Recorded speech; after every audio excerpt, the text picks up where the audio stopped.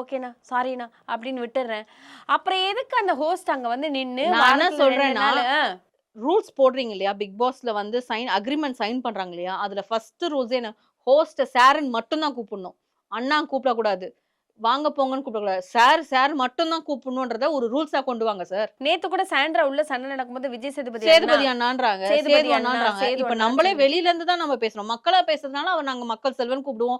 VJS கூப்பிடுவோம். விஜய் சேதுபதின்னு கூப்பிடுவோம். சேதுன்னு கூப்பிடுவோம். அது எங்க இஷ்டம். என்ன பொறுத்த வரைக்கும் கண்டஸ்டன்ட்டா நீங்க உள்ள இருக்கீங்கன்னும்போது Vijay sir sorry Vijay sir ரொம்ப பாவம், சீரியஸா பாவம். இல்ல அது எந்த அளவுக்கு வந்து நிக்குது பாருங்க. ஒரு ஹோஸ்டியே கலாய்ச்சு பேசுறாங்க உள்ள.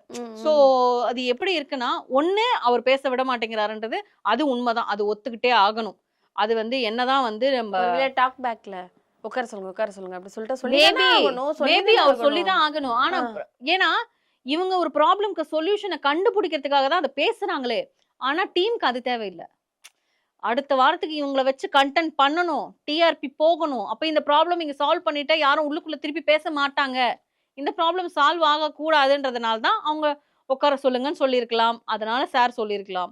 மேபி அது நடந்திருக்கும். போன வாரம் நீ கதவை திறக்க சொன்னில, இந்த வாரம் நாங்களே கதவை அனுப்பிச்சு திறந்து விட்டுறோம். விட்டுறோம் அப்படின்னு சொல்லிட்டு ஒரு ஆள் அனுப்பிச்சு விட்டாங்க.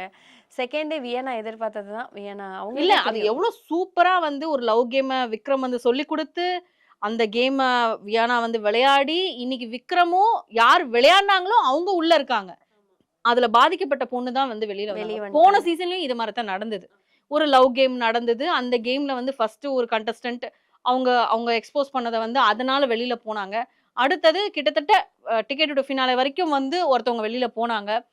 ஆ எனக்கு என்ன ஒண்ணே ஒண்ணுன்னா, லவ் பண்ற சம்திங் ஏதோ ஒரு ஃபீலிங்ஸ் குடுக்குற அந்த பெண்கள வெளியில அனுப்புறீங்களே தவிர்த்து, அத உருவாக்குற ஆண்கள ஏன் வெளிய அனுப்ப மாட்டேங்கிறீங்கன்றது என்னோட கருத்து. அவரு லீஸ்ட்ல தாங்க இருந்தாரு போன வாரம். அவர் நெனச்சிருந்தா அவர் அனுப்பிச்சிருக்கலாம்.